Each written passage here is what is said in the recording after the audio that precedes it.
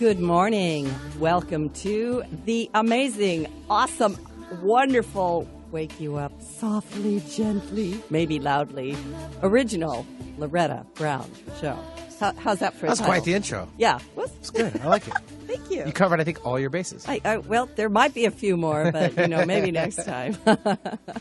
I'm always laughing because sometimes people have these really long names or whatever that is, and I'm Loretta Brown. I do have a middle name. I hesitate to yell it out. Although I'm not. You can do an initial. I'm not ashamed of my middle name. Oh, okay. Right? It's just one of those names. Loretta Jane. There it is.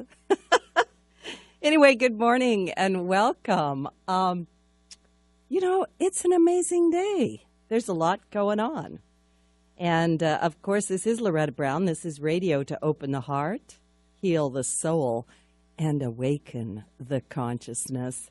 And I just want to say it is always a pleasure and a delight for me to be able to join with you and speak with you in the morning and share with you things that are on my heart or things that I hope make a difference in your life. And hopefully a positive difference, especially with so much going on out there. Some of you are really watching news and watching world events, and some of you are like, I've had enough of that, Loretta. I think I'll go over here and just do something else for a while. And there's always this balance in our lives of doing and being. Years ago, I had a T-shirt that said something like, to do is to be, and then it said, to be is to do. One of them was Plato, one was Socrates, and then the last line was doobie doobie do, which was Frank Sinatra. So I hope that you are doing, and then you are taking the time to be, because in our being is where we sometimes can just exhale, quiet down. Yeah, and even if you're out there in heavy traffic or you're at your job or you're up cooking breakfast listening to this, which is a great thing to do while you're cooking breakfast, you can take just one moment and remember that the breath is the key to absolutely everything. When you take a deep breath, the first thing I tell people is remember to exhale. Because quite often people will say, okay, take a breath, and everybody tries to breathe in without realizing that you're already holding your breath. And if you're holding your breath, you're going to have a little trouble getting more air in there. And then I recently was talking with someone who does a lot of vocal work, and her comment was, when you exhale and you think you've exhaled all your breath, try to exhale even a little bit more and see what happens. Because when we exhale, we actually drop ourselves down into our body, and it helps us get present. As an energy worker, and as you know, I run the Reiki Oasis that's located right here in the greater Seattle area.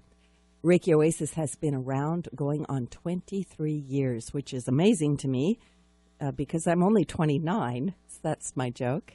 I hope you laugh at that joke like I do. And, to be able to step into the work of my heart was really a big deal for me. And some of you out there are thinking about the longing and the pulling of your own hearts. Many of you have been coming to me at Reiki Oasis, and you've having appointments with me either in person or online or over the phone, and are sharing with me that whatever it is that's been going on in your life is just not working like it used to do. You're restless. You're kind of edgy. You're cranky. You're unsure. Like, what is going on? Are we okay? And do I really like what I'm doing? So you're right on time with that. I'll get to the astrology check-in in just a moment. But I also want you to know that there is a time in everyone's life that's unique and personal to them, where the greater destiny, which I call the desire of the heart, will begin to speak to you. And when that happens, it simply pulls you in, and that's just how it's going to be. So I am, like I said, the owner of Reiki Oasis, and we have some wonderful things coming up at Reiki Oasis. You can find out at schedule.reikioasis.com or at the website. The Temple of the Divine Feminine is Saturday, November 18th. And that is a class we have each month where we meet, the women meet. It's for women only. And if you would like to, be part of that class, please, sign up. You can also contact me at Loretta at ReikiOasis.com. Sorry, Loretta at ReikiOasis.com.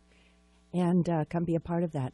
Sunday, I want to put a big shout out for Bala Yoga in Kirkland. I will be doing a crystal bowl healing concert Sunday, November 19th at 7:30 in the evening.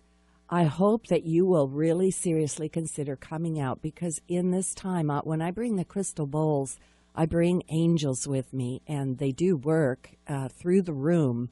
So you not only will be relaxing and cleaning your chakras and your energy field out, but quite often the sound of the crystal bowls, which is so pure, will literally shake illness or dis-ease out of your body. So come on out. You can get your tickets through Bala Yoga in Kirkland. That is Sunday, November 19th, 7:30 in the evening. And I want to remind you, we are listener supported. You may help keep this show on the air by going to patreon.com/The Loretta Brown Show. And I greatly appreciate any support. Airtime is not free, and we love being here for you. And if you like it, you might consider some sort of a donation to keep us going. And we're just so grateful for that, even now. So I'm going to check in because we've got a big new moon coming up on Saturday. So do you feel like you're off your path? Are you questioning your path? Uh-oh. The upcoming lunar cycle is going to stoke a new fire of clarity and reawaken forgotten dreams and intentions. It's sort of like dusting off the dreamy shelf. And the moon has been getting darker since that full moon a couple of weeks ago. It's coming up at a later hour. And the sun, well, what I'm trying to say is, the days are getting shorter. In case you hadn't noticed that. We went through that time change, Benny, and I love it in the morning, but in the afternoon, it is so dark, so soon, so dark, so dark. I want to wear a light on my forehead, right? We can easily get one for you for Christmas. Not a problem. You. Or the holiday season, I should say. You're welcome. I'll just wear it around, like my third eye beaming at people. Perfect. Yeah. So the new moon on Saturday is in the sign of Scorpio in both Western and Vedic astrology. So it's a very intense, powerful energy. Scorpio is a very transforming energy, and the moon could be debilitated here a little bit, so it may have us questioning everything. Ugh. But the moon also holds a lot of creative power, because in Vedic astrology, it is in the area of the sky known as Vishaka Nakshatra. Now, I apologize if I don't pronounce that quite right. Vishaka Nakshatra. This is the star of purpose and is said to have a special drive to achieve many goals in life. Vishaka is full of fire and actually ruled over by two gods, Indra, the Vedic chief of the demigods, and Agni, the fire god of spiritual truth. So this is a very fiery, determined energy that comes with this moon. Together, they burn away inhibition and self-doubt by stoking the fire of courage and conviction. And when we have courage and conviction working together, sometimes you just do it and you go, oh, what did I just do? And then you're like, oh, that worked out really, really good. So could be a time to do that. Vishaka has to do with devotion and conviction, and many goals can be achieved. So the full lunar cycle to come on have lots of questioning. What is our calling? What is our purpose? What is our passion even? So this new moon has a lot of power in it. And its power is even magnified more because there is a rare position of the north and south nodes of the head of the Kala Sarpa Yoga, or the serpent of time. which continues to put that pressure on its karmic axis and magnifies the influence of the eclipse, the solar eclipse of August. Yes, we are still feeling the effects of that. It didn't just happen and go away. The Kala Sarpa Yoga is said to awaken the Naga dragons, the primal life force and the ancient wisdom that resides deep within us and within the earth itself. So if the earth feels like it's shaking around a little bit, that's the effect of that. And if your life and your internal self is shaking around a little bit, it's kind of the same thing. And this destabilizing influence is connected to large-scale mass consciousness and can cause some rather shocking events, scandals, earthquakes, natural disasters, and personal shakeups as well. So don't get scared about it. There's always kind of a shakeup before it clears out. You know, we had a big windstorm, in case you didn't notice. And while it was happening, people were like, oh my goodness, what's going on? But, you know, once the storm goes through and it goes away, it kind of clears things out. And, of course, there is a little bit of a cleanup, but that's the part of the process. So this, my listeners, is an excellent time to embrace change and transform personal habits and beliefs. And this new moon can help us finally come to some decisive points. If you've been hesitating or wondering where you're coming from, this lunar cycle may bring great light, the Agni, the fire of clarity and decision making. So, wow, let's go for that.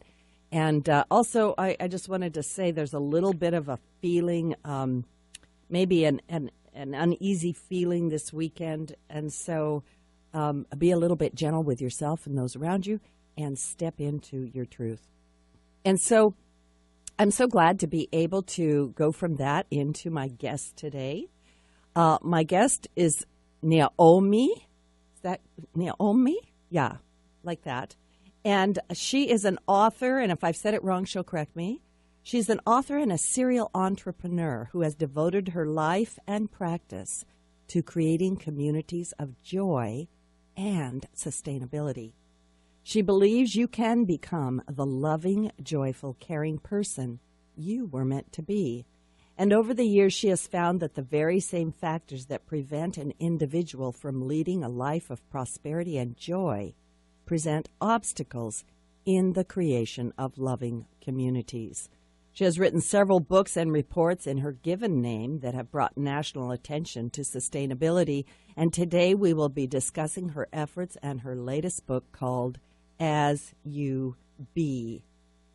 In this book, she offers 42 beautifully crafted poems, the life lessons that have guided her through major transformative discussion and initiatives during the last several decades. And I'm showing the book to the little cam so that those of you that are watching on the studio cam can see it. It's absolutely beautiful and has pictures and poetry. And welcome to the show. Thank you, Loretta. I'm glad to be here. Yeah, and pronounce your name for me, please. It's Noeyoni. Noeyoni. Okay. Yes.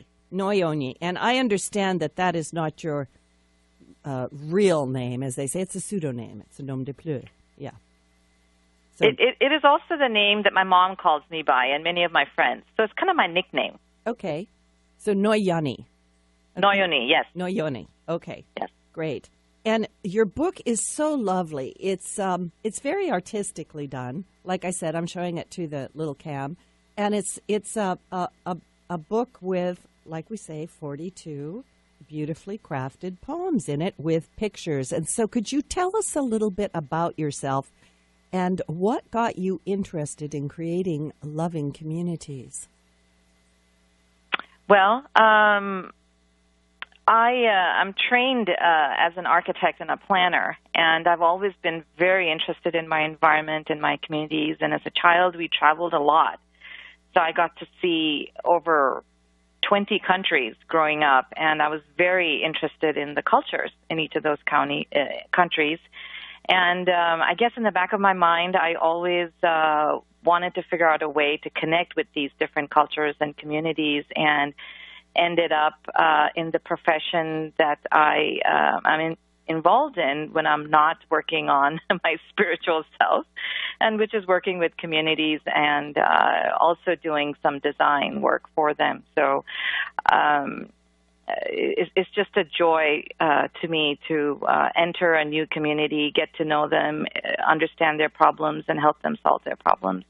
So I love the fact that you're an architect, because I'm thinking while you're talking that, I always think about people's natural gifts, like what gifts were you born with and how are you presenting that to the world, which is, kind of helps all the listeners, because people always say, what's my destiny, what I'm here to do. But as an architect, and it's really a question, you are possibly normally gifted and also learned in the ability of taking structure or seeing structure or designing something. And so would this be a way of saying that you're taking that architectural ability from maybe building design into community design or internal structure design? Absolutely. Okay. Exactly. I think having a background in architecture and studying structures and what makes a structure stand versus another one fall, and what is aesthetically pleasing and not, is the same philosophies that go into working with communities, because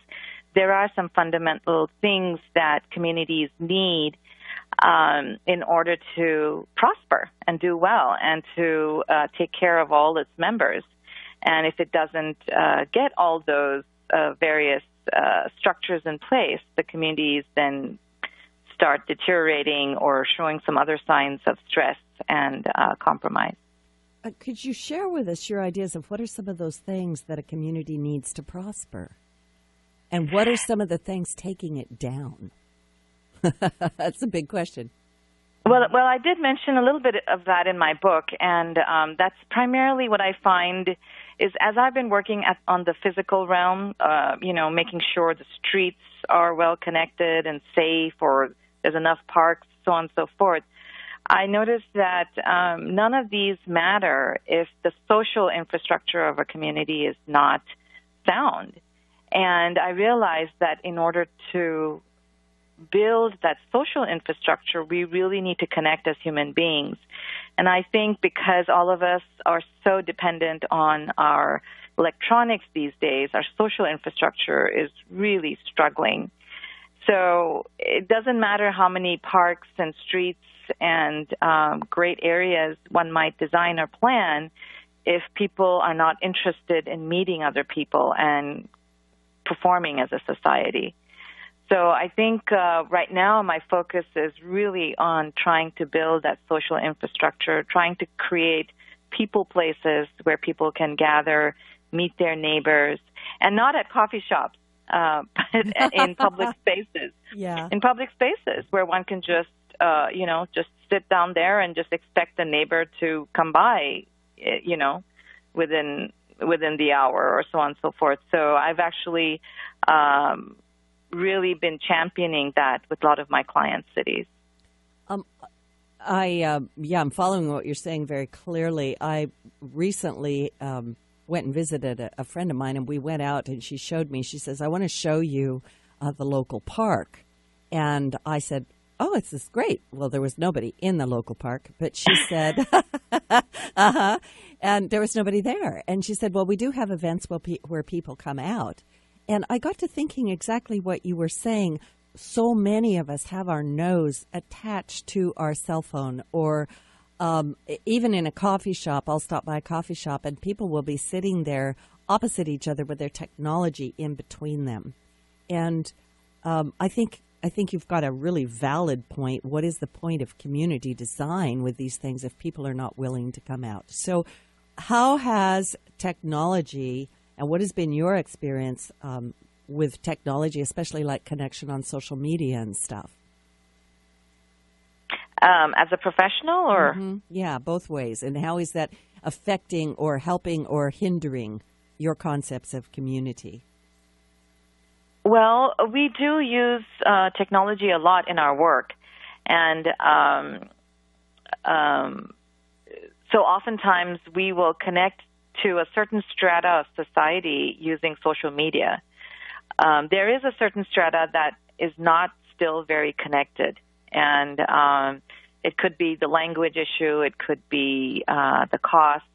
But a large section of our society is very connected, and we use social media to connect with them, get their ideas, inform them of upcoming meetings. And it's worked pretty well. We recently did a poll on a design that we're doing, and we got about 40 people giving their opinion on that. So we use it as much as we can. We would prefer that those 40 people attend our meetings and speak to us in person. Mm-hmm. But if they can't, the social media input is a great backup. Well, I may circle around back to this because I've had talks with people recently about how social media and technology is changing our social status, our social structures, right? And how in some aspect we reach out and in some aspects we isolate. And I think it's creating, in the idea of sustainable, loving communities. And I think loving is your key word there. Like, where do we go from here in order to do that? So what is your idea of a loving community? And yeah. Well, I have worked all over the country, and I have experienced loving communities, and they're delightful. And my experience of loving communities is a leader, a mayor typically, that's very concerned about their community, very connected, and they want to do the right thing. And where the people I interact with are not talking to each other based on ego or fear, but are really involved because they're concerned about the community and they trust their neighbors. And it's not often, but I have had the blessings to work with communities like that. And that's how I would define a loving community, where everyone kind of puts their self-interest aside a little bit to see what they can work on collectively for the better good of the whole community. I like that. I like that a lot. In your book, you mention that something happened to you when you were back in your 20s that sort of shifted some things or created a basis of experience for later on. Would you like to share that with us a little bit? Sure. Much of what I practice in the book, I didn't realize that I was kind of innately born with. I think all of us are innately born with. So before my early 20s, I was kind of a master in a lot of the things that are in the book, but obviously I was practicing those without awareness. So it was a good life overall. And in my early 20s, as I finished graduate school, I just realized how extremely happy I was. And, I was like, this is amazing. I'm just so happy. I'm so complete in every single aspect of my life.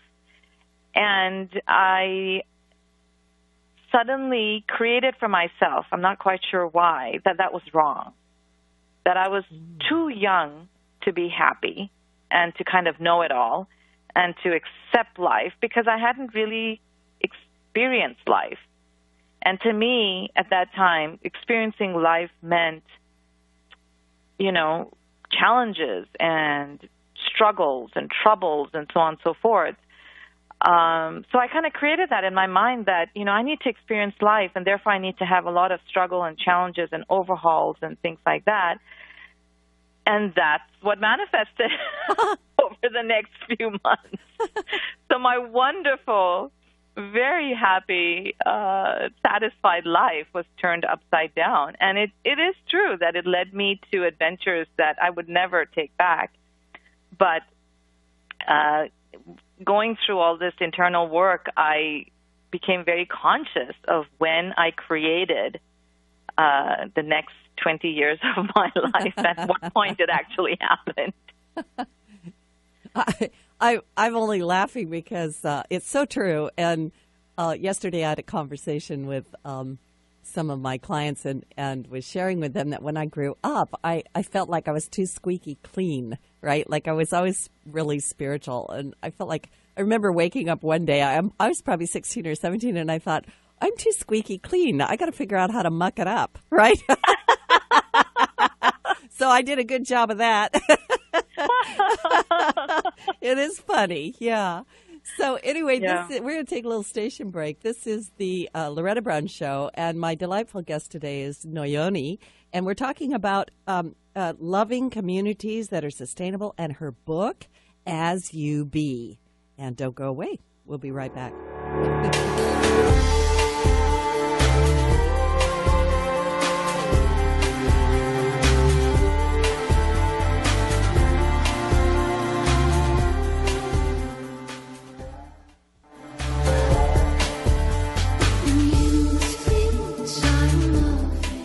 Welcome back to the Loretta Brown Show, and I, believe it or not, am the original Loretta Brown.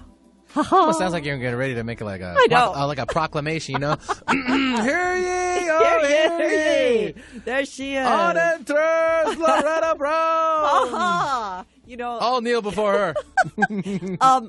Yeah. You know, I've had people do. Sorry. I've had people do readings on me, and I had a wonderful, fairly well-known person do a reading on me one time, and they said, Loretta, you have.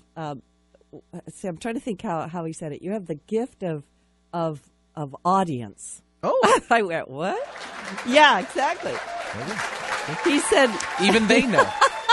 Well done, well done. He said, you were meant to just be up in front of people, and you will do it for the applause. And like I said, I said, that's hilarious. And he said, well, we like that too. Please. Thank you. And it's really funny because he said it's not really an ego thing. It's just the way you are. And I have been on stage literally almost my whole life. And when people applaud, I give more, which is the true performer, right? So thank you for listening to my radio show. If you're in your car, if you want to applaud, I will take it. Yes. Applaud, though, like quietly, maybe in your mind. We don't want your hands off the wheels. Just making sure I everyone's hope safe. You're laughing. I know my daughter's probably rolling her eyes. But anyway, I am Loretta Brown. I'm the owner of Reiki Oasis. It's located right here in the greater Seattle area. Please come out to the Crystal Bowl Healing Concert this coming Sunday evening. Bala Yoga in Kirkland's, 7:30 p.m. You will be blessed. Absolutely. It will be great fun. My guest today is Noeyoni, and she has written a wonderful book called As You Be, with 42 beautifully crafted poems and pictures, illustrations that speak to you, you know. So that's the way it is. We're talking about loving communities, sustainable communities, and I've got a question for you, Noeyoni. It kind of fits into what we were talking about before the break. Do we only learn through challenges? Is she there? Okay. I'm thinking. I think That's a good question. I'm also kind of channeling and centering myself before I answer that. And I think when we are in an open state of mind, so we're not carrying our past, we're not angry, we're not jealous, when we're completely centered, I think our lessons come to us very easily, because as we're centered, we're alert, we're listening, we're watching, we're understanding, we're perceptive. But sometimes, as I have learned, we are not open, and we're stuck. We're stuck in something or the other. And the lessons come to us. And what I've learned is it'll first come and tap you on the shoulder. And if you don't look back, it'll come and kind of maybe pull your hair a little bit. Mm-hmm. And if you're still not looking back and saying, what is this about? It'll bonk you on the head. And I think a lot of illnesses happen because of that. It's because we're just not listening to the lessons that we have to learn. And illness is a beautiful, beautiful time to really get centered on yourself and your life and to heal from that. And I think illness is probably, or a huge accident is probably the way sometimes we have to learn our lessons. But I think if you manage to ground yourself every morning, and I have a grounding exercise that I go through every morning. if you manage to do that and you're able to carry that sense with you throughout the day, it's amazing the lessons that you'll learn and how fast the lessons come to you. You know, so many people talk about manifestation and that life is challenging, you know, so, and I agree with you. I sometimes think that the biggest obstacle between a person and their desired life is themselves, right? We get stuck in these old storylines or these old ways of looking at things, such as the statement, life is a challenge, right? And there's also a connotation to that. How do we create our suffering? What can we do about it? How will your book help people? Well, the book covers 42 of the most frequent challenges I was going through over the past, say, 8 to 10 years. And during that time, I did a lot of courses, readings, angel readings, so on and so forth. And I got breakthroughs in each of those emotions. And not all 42, I would say probably the first 20. And I realized that I was forgetting what I'd learned. So I challenged myself to capture the key lessons around those subjects into one page. So the book is designed to help you if you're stuck. So if you're stuck, the way to use the book is to just ground yourself, close your eyes, and open the book to any chapter or any page. And that page will then help you unravel how you are stuck. I want to jump in there, and forgive me, I do want you to keep going. But I want to jump in there and just tell the listeners that the book is absolutely set up for exactly what she said. You ground yourself, you open it up, and on one side you will see a beautiful picture, which she'll talk about more in a moment. And then you'll see things on the other side, such as change, integrity, choice, essence, judgment, like that. And it really is, I call that a self-help book in its own divine way. So please continue with what you were saying. Yeah. So what happened after the first 20 is I found that the topics then came to me, and I'd be watching a movie and I'd be like, what did that movie leave me with? And I'm like, oh, self-esteem. And what did I learn about that? And then my mind would just get hooked onto the topic of self-esteem, and I'd see the answers all around me. And the way the book is written is that I never saved an older version. So I kept working the poems as I learned till they felt right. And I feel, some of the words are a little cumbersome, but, the choice of the words was very important to me because, for instance, in my blog on my website, www.noeyoni.net, I distinguish between words that we use often interchangeably. For example, passion and desire, or self-esteem and self-worth. And I realized that actually each of these words have a very specific meaning to our soul. And it's in our words how our soul understands and manifests what we experience. That's how I experience life. So, for instance, the whole word of victims, and we talk a lot about victims in our society. Victims of rape and incest, and violent crimes, and so on and so forth. And I feel that's a word that doesn't serve our spirit well, because we are here to learn lessons. And often, as I mentioned before, the lessons will appear harsh. But what someone taught me many, many years ago was the lessons we get are always within our capacity to overcome. So if we can keep that in mind, and if as we go through quote-unquote challenges, we understand that they are actually divine lessons and center in and try and understand what lessons we're learning from this, then we will recover from all of those challenges so much quicker than we could have otherwise.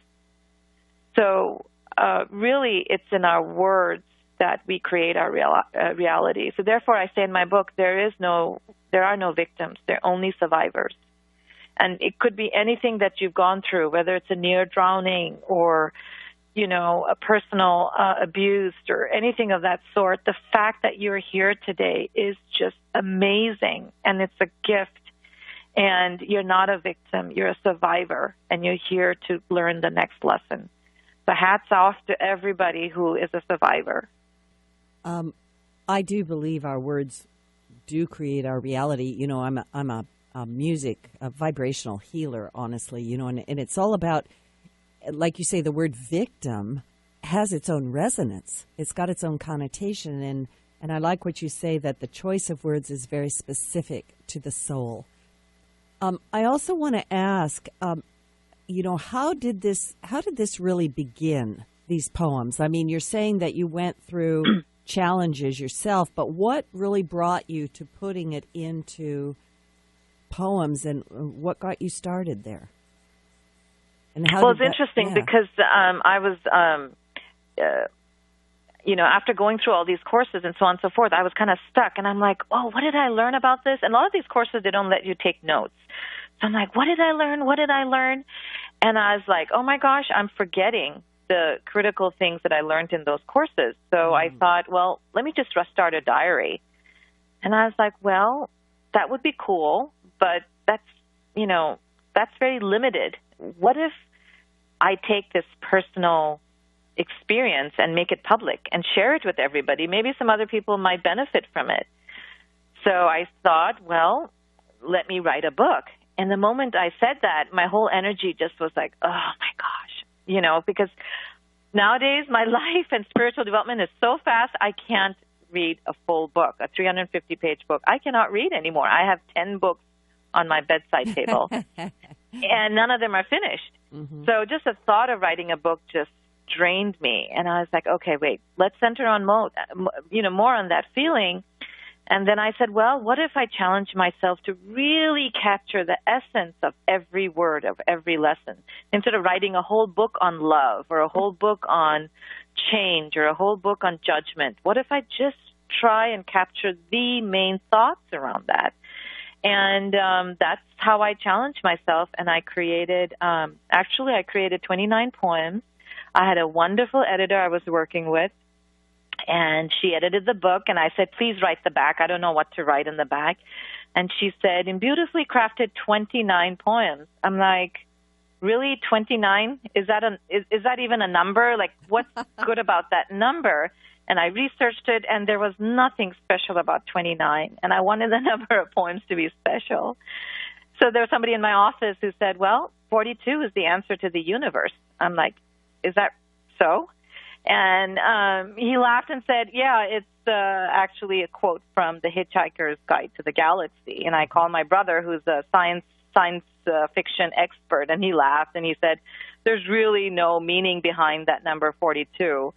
But I said, that's a good goal for me to stick to, is 42. And so then I worked on 13 more subjects, and when I felt all 42 were complete, I sent it out into the universe.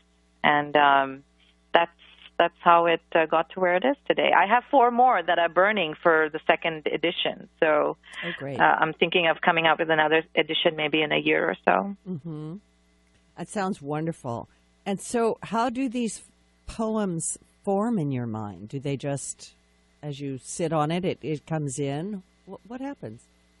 Some of them did come in. Okay. Like the one on home came in on its own, and I didn't have to change a word on it. Even jealousy, it just came, it came immediately. And I never had to change a word on it. But some others, for example, the most difficult one for me was betrayal. Mm. And that took almost 6 months to form because it was a very difficult subject for me to focus on. And I think about the betrayal that really affected me, and it's so minor compared to other betrayals people have gone through. And yet it was a very, very difficult subject for me. So that came through a lot of talking with family members, keeping a keen eye out for movies or things I've heard on the radio. There were a lot of, conversations at that time where people are talking about their betrayal. And for me, I wanted to be free of betrayal, and I wanted to share my freedom with others. So my goal was, how can we live as human beings and be free from the hurt caused by a betrayal? And that's why my poem is geared around giving one the freedom around betrayal. And that basically suggests that we can really never know anybody else, even our partner, even our parents, even our child. We can really fully never know them. So if you accept that every time you meet a person, it is for the first time and you don't really know them, you can live completely in the present and completely accept what comes your way. I like what you're saying. I'm also getting that, this book, the development of this book by its very nature put you into a space of discussing things with other people, which in its own right is creating a loving community, or a sometimes I call it a safe space where people can really share.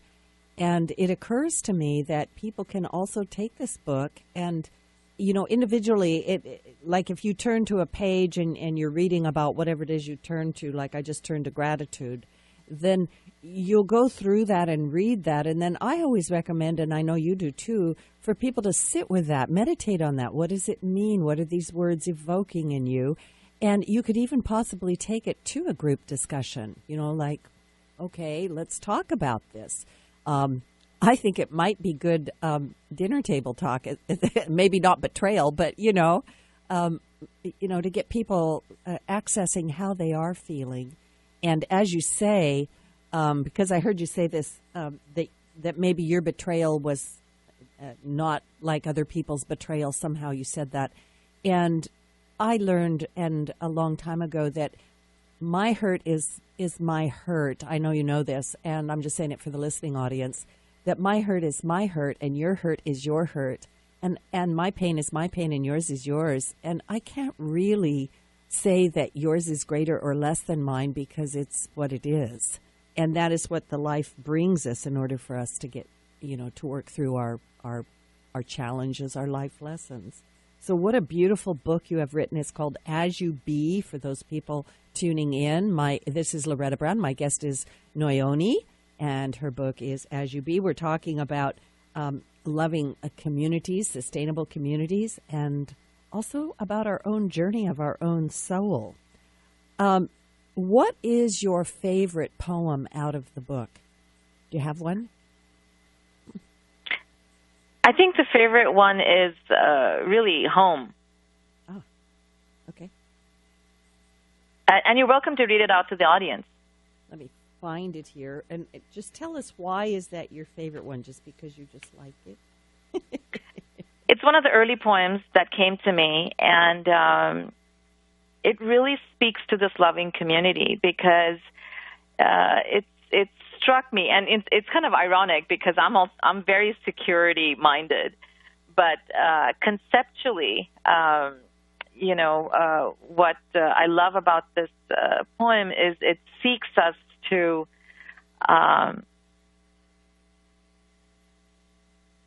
think about our home not as a fortress where we keep people out, but, we let people in. And I grew up like that because we were 4 kids and we all had a lot of friends, and there were people coming and going all the time in our house.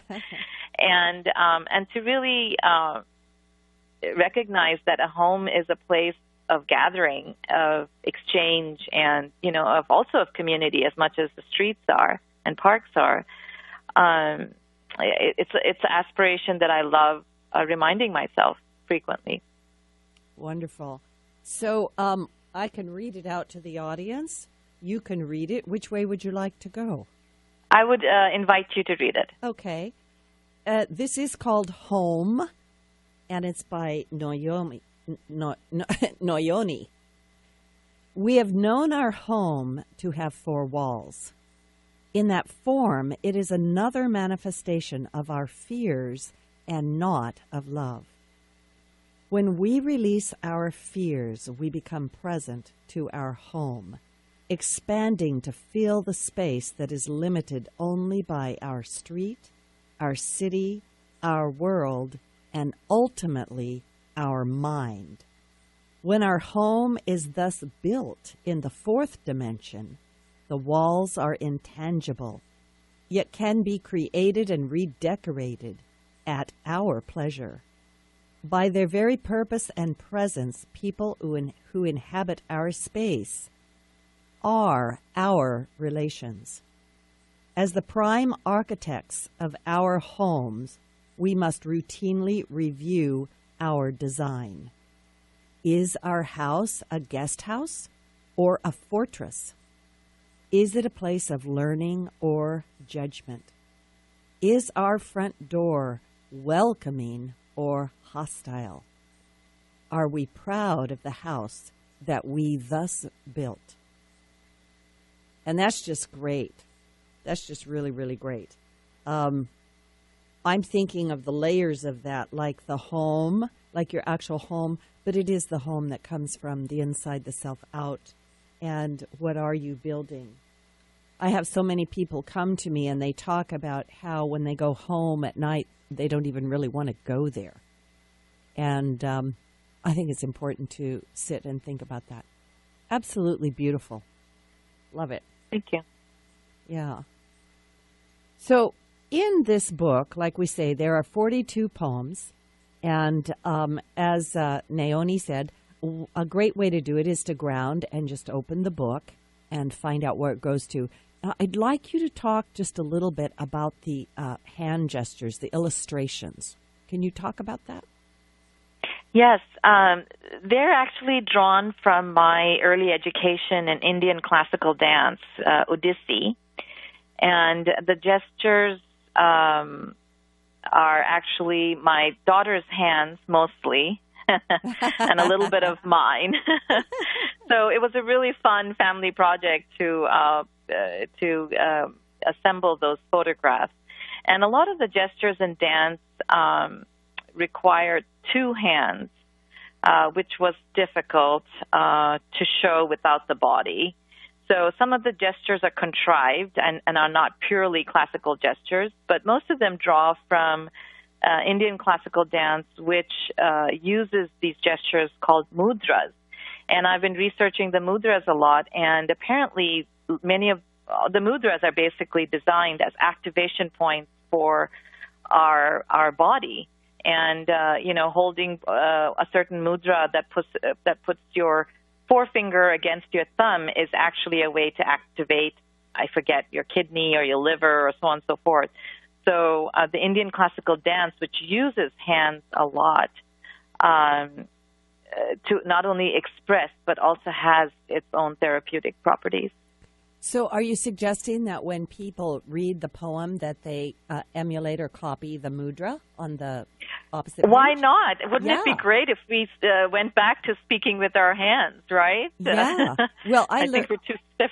Yeah, I learned a long time ago, in meditation and in postures, and also as a symbologist and a person who studies art, that when I go somewhere and I see the person in the painting, it could be Jesus or Buddha or whoever, or the statue has got a posture, I copy it.